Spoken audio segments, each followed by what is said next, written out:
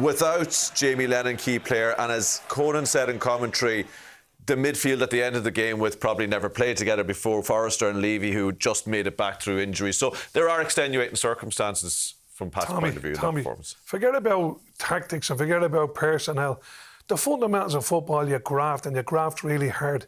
And Waterford grafted from the first whistle till the very end.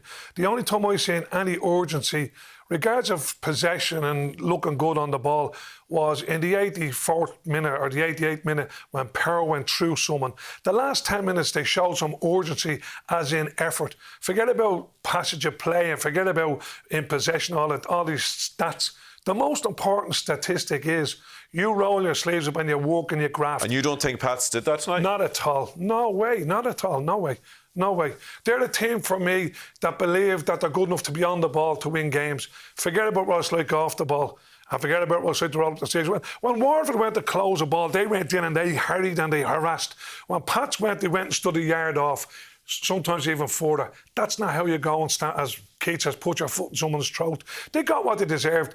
Do you know what? They were lucky to get what they deserved, a point. Because any other team with a bit more quality, it would have been home and hosed at half-time. But look, you know, as Stephen said, it's a working process.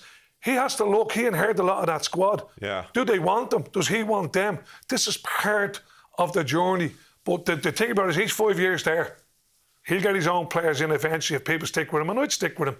Because obviously, looking, it was mentioned last week about body language, looking at what went on there in the second half, I don't see a lot of respect come from that pitch towards the manager or towards the club. I'd have them in. And you're questioning the players more than the manager? Okay. Effort, not the quality. The quality's there. There's no, player in that squad that's not good enough. But you've got to get your sleeves rolled up and fight for everything. Okay.